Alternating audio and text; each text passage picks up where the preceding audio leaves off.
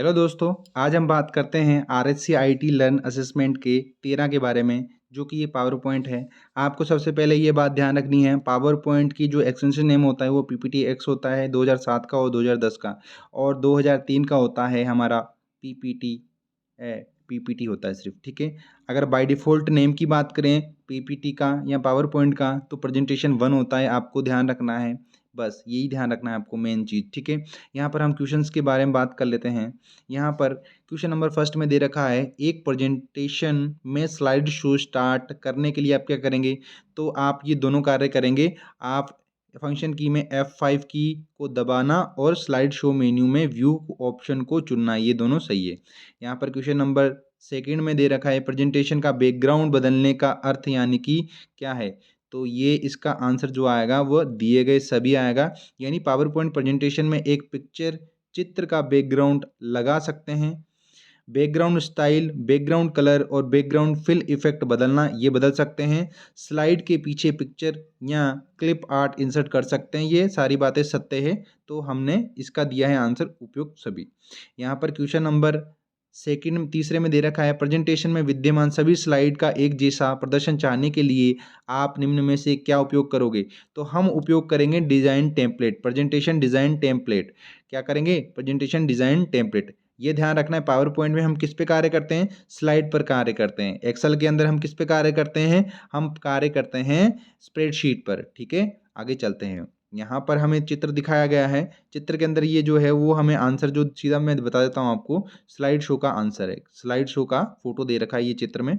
यहाँ पर हमें देखना है, यदि आप अपने गलती से कोई स्लाइड डिलीट कर दी है तो उसे बहाल करने के लिए क्या करना चाहिए? तो मैं क्या करूँगा, उसे मैं अंडू बटन दबाऊँगा, अंडू बटन दबाऊँगा या कंट्रोल जेड प्रेस करूँगा। तो इसका जो आंसर आएगा, अंडू का ही शॉर्टकट की होता है कंट्रोल जेड, ये बात ध्यान रखनी है आपको। अंडू का ही दूसरा नाम क्या होता है? उसकी शॉर्टकट की होती है अंडू की कंट्रोल जेड, और रीडू की होती है कंट्रोल वाई। आगे चलते हैं। क्वेश्चन नंबर 6 के अंदर स्मार्ट आर्ट ग्राफिक्स किस में के लिए उपयोग हेतु यूज़ किया जाता है, यानी उपयोग किया जाता है? तो इसके अंदर जानकारी, डाटा, सूचनाओं को चित्र और ग्राफ्स, एनिमेशन आकृतियों के द्वारा दर्शाए गए, इसके लिए इसका प्रयोग होता है। तो इसका आंसर आएगा हमारा ए। यहाँ पर हमें क्वेश्चन नंबर 7 के अंदर हमें मिलता है, पावर पॉइंट प्रेजेंटेशन फाइल बंद करने के लिए क्या तरीका है? तो देखो, मैंने आपको बताया था, अगर आपने मेरी पिछली क्लास देखी हो तो उसमें मैंने बताया था कि फाइल टैब के अंदर क्लोज ऑप्शन होता है, और क्लोज ऑप्शन की शॉर्टकट की होती है कंट्रोल डब्ल्यू। क्या होती है? कंट्रोल डब्ल्यू होती है। तो इसमें ए भी आएगा। पावर पॉइंट के दाहिनी ओर पर ऊपर छोर में उपलब्ध क्लोज ऑप्शन भी होता है, ये भी ध्यान रखना है। तो उपयोग सभी इसका आंसर आएगा।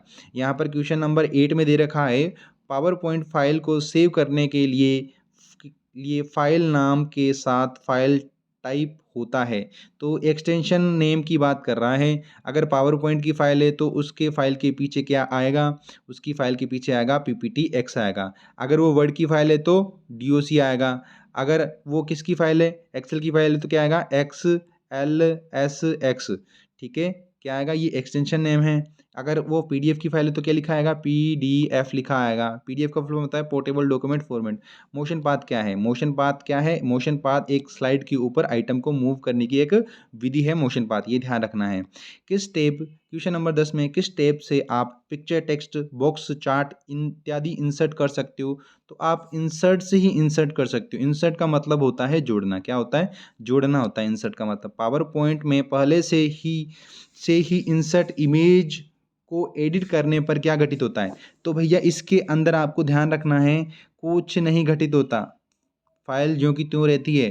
ठीक है, यहाँ पर क्वेश्चन नंबर 12 के अंदर एनिमेशन टैब के 4 कंट्रोल ग्रुप कौन कौन से हैं? तो 4 कंट्रोल ग्रुप होते हैं, प्रीव्यू, एनिमेशन, एडवांस एनिमेशन और टाइमिंग। ये इसका सी आंसर सही है। क्वेश्चन नंबर 13 के अंदर, एक स्लाइड शो में स्लाइड चेंज होने पर डिस्प्ले के लिए अप्लाइड इफेक्ट क्या कहलाता है? तो इसके अंदर हमारा आएगा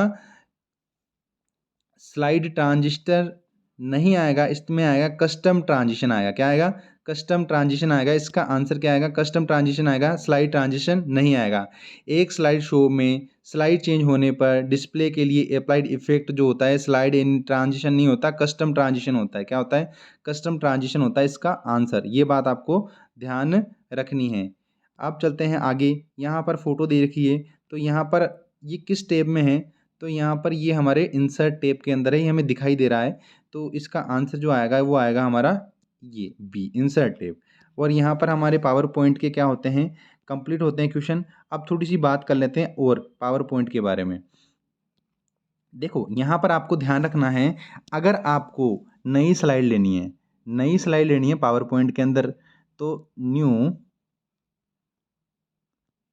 स्लाइड लेनी है तो आपको शॉर्टकट की यूज़ करनी पड़ेगी, कंट्रोल एम। क्या करनी पड़ेगी? कंट्रोल एम यूज़ करनी पड़ेगी। ये बात आपको ध्यान रखनी है, कंट्रोल एम यूज़ करनी पड़ेगी। ठीक है, आपको ये ध्यान रखना है। ठीक है, अगर आपको वीडियो अच्छी लगी हो तो आप इस वीडियो को लाइक करें और मेरे चैनल को सब्सक्राइब करें। धन्यवाद।